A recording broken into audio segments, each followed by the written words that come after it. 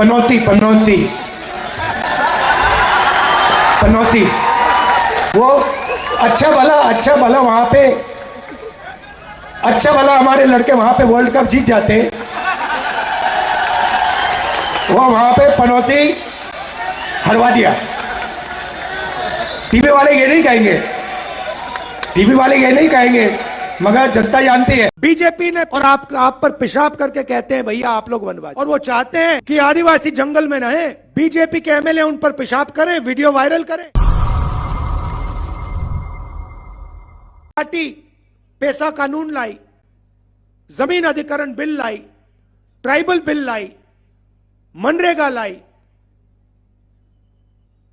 आपके अधिकारों की रक्षा करने के लिए, आपको अपना अधिकार देने के लिए।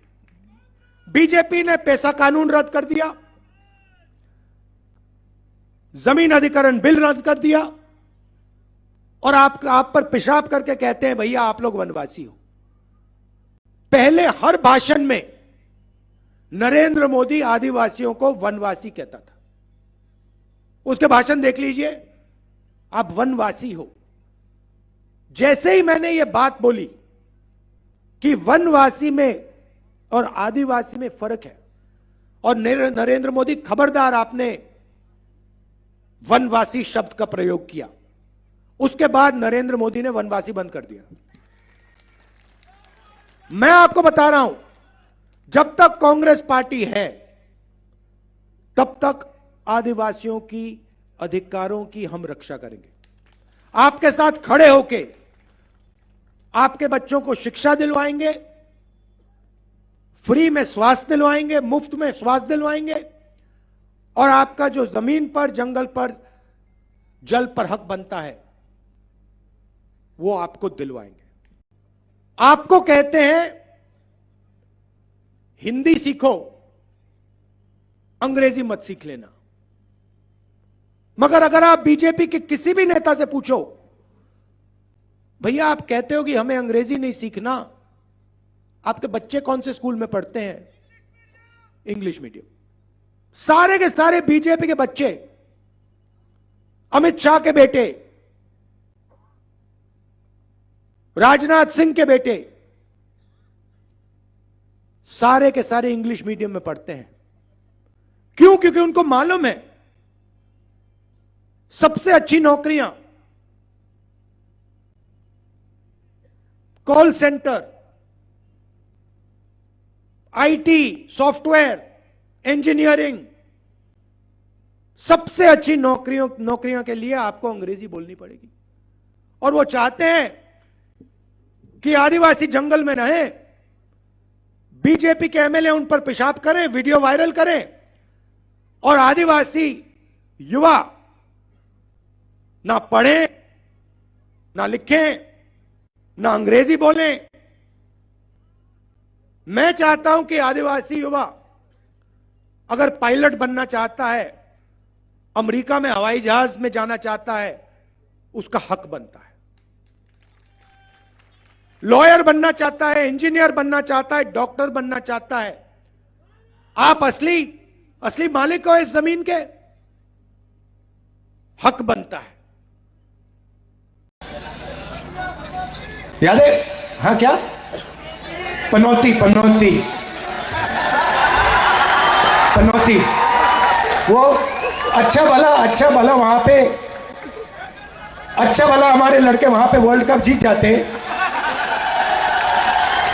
वो वहां पे पनौती हरवा दिया। टीवी वाले ये नहीं कहेंगे, टीवी वाले ये नहीं कहेंगे, मगर जनता जानती है। देश में कम से कम 50% पिछड़े लोग हैं। ऑफिशियल रिकॉर्ड नहीं है, मगर लोग जानते हैं कि कम से कम 50% आबादी पिछड़ों की है। जिस दिन मैंने कहा, पार्लियामेंट हाउस में मैंने भाषण दिया और मैंने कहा कि देखिए, अगर हम पिछड़ों को, आदिवासियों को, दलितों को, गरीब जनरल कास्ट के लोगों को भागीदारी देना चाहते हैं, देश में अधिकार देना चाहते हैं, तो हमें दो चीजें पहले पता लगानी पड़ेंगी। सबसे पहले, किसकी कितनी आबादी है, आदिवासी कितने, दलित कितने, ओबीसी कितने, जनरल कास्ट के लोग कितने।